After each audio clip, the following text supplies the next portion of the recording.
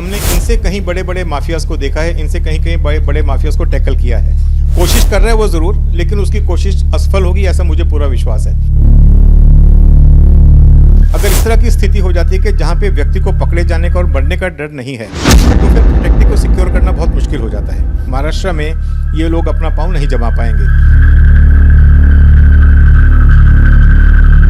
लेकिन वो लोग या तो पकड़े जाएंगे या मारे जाएंगे, क्योंकि कहीं ना कहीं वो लोग भी हिंसक हैं।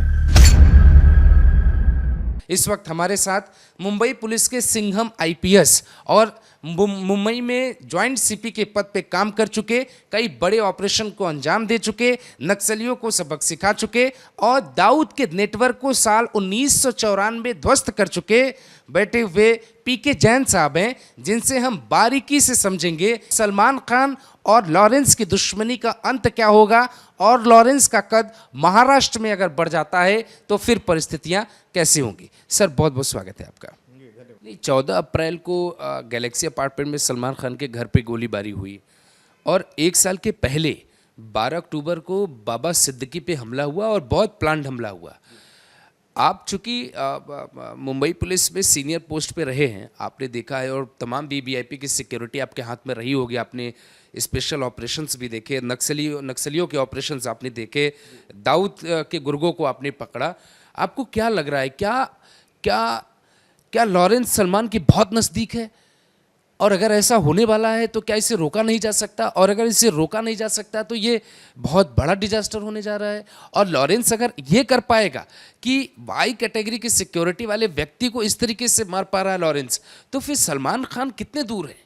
ये प्रश्न लोगों के मन में आ गया है अब।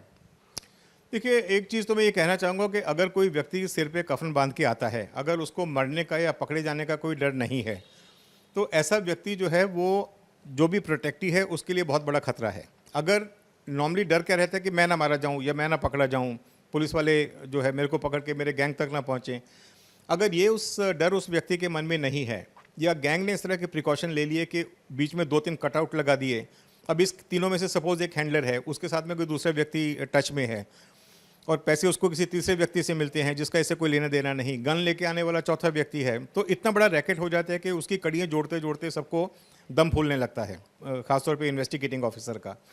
अगर इस तरह की स्थिति हो जाती है कि जहाँ पे व्यक्ति को पकड़े जाने का और बढ़ने का डर नहीं है, तो फिर प्रोटेक्टी को सिक्योर करना बहुत मुश्किल हो जाता है।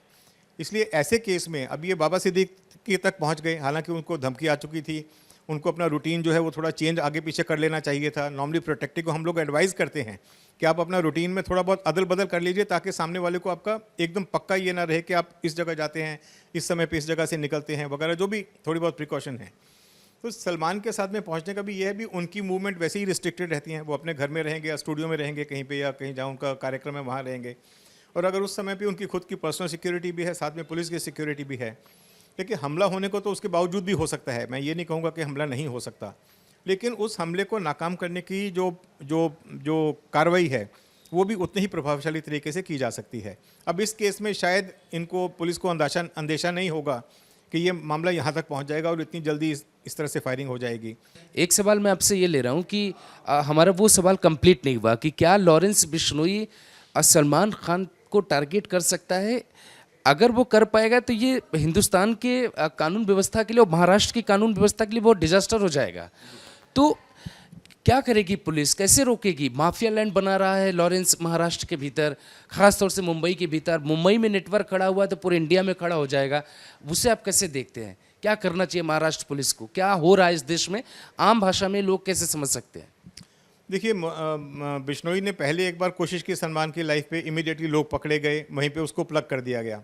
अब ये दूसरी कोशिश हुई है। देखिए, महाराष्ट्र पुलिस काफ़ी हद इन चीज़ों में काफ़ी हद तक सक्षम है। हमने इनसे कहीं बड़े बड़े माफियाज़ को देखा है, इनसे कहीं कहीं बड़े बड़े माफियाज़ को टैकल किया है। तो लॉरेंस बिश्नोई तो अभी शुरुआत कर रहा है और उसका कोई ऐसा बहुत ज़्यादा यहाँ पे एक जिसको बोलते हैं ग्राउंड पे डेप्थ भी नहीं है। तो ऐसे व्यक्ति को डील करना महाराष्ट्र पुलिस के लिए कोई बहुत बड़ी एफर्ट नहीं लगेगी। कोशिश कर रहा है वो ज़रूर, लेकिन उसकी कोशिश असफल होगी ऐसा मुझे पूरा विश्वास है। हमारे यहाँ के अधिकारी बहुत सक्षम हैं, बहुत नॉलेजेबल हैं, उनके इन्फॉर्मेंट सिस्टम बहुत अच्छा है।